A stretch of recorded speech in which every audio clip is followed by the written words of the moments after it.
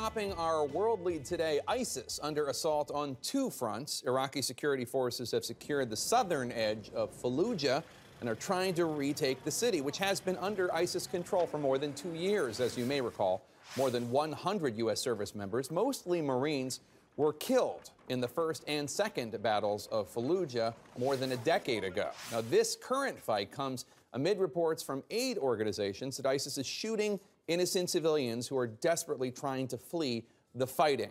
Meanwhile, the Syrian army, backed by Russian airstrikes, are advancing into ISIS's self-declared capital, Raqqa, in Syria. Let's get right to CNN's Barbara Starr live at the Pentagon. Barbara, all this comes as the U.S. is increasing again the number of special operators in Syria and, of course, continuing that air campaign.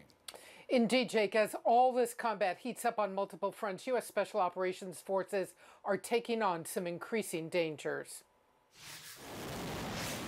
Navy fighter jets screaming off the deck of a U.S. aircraft carrier in the Mediterranean, headed for ISIS targets in Syria and Iraq.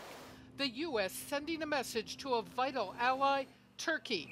Washington will continue supporting Kurds fighting along the Syria-Turkey border. The top U.S. commander, General Joseph Votel, making clear simultaneous attacks will continue from U.S. aircraft and local forces on the ground. Votel is holding open the option, help Syrian fighters with more weapons and ammunition. I make a determination that we need to provide them equipment beyond what we're already providing them, then I'll make that recommendation. The first of 250 additional U.S. Special Operations Forces have now arrived in Syria. The Pentagon insists the mission is not combat. But from Iraq to Syria, Somalia, and Libya, U.S. troops are now facing growing danger as the Obama administration uses Special Operations Forces like these to advise and assist local forces.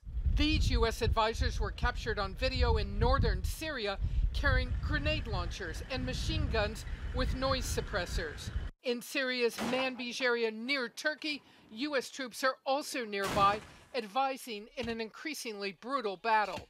The U.S. wants to close off this part of the Syria-Turkey border to keep foreign fighters from coming into Syria and also going back out, possibly able to reach Europe with new attacks. But little the U.S. can do in Aleppo, where humanitarian disaster is emerging.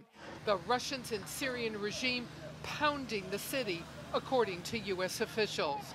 Russia also backing Syrian forces near Raqqa, ISIS's capital, approaching from the south as U.S.-backed Syrian rebels push from the north.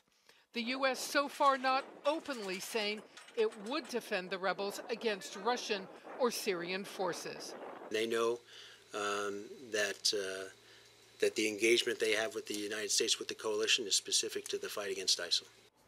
And in Fallujah, Iraq, there may now be 50,000 civilians still trapped inside that city as the battle rages around them. Jake. Barbara Starr at the Pentagon for us. Barbara, thank you so much.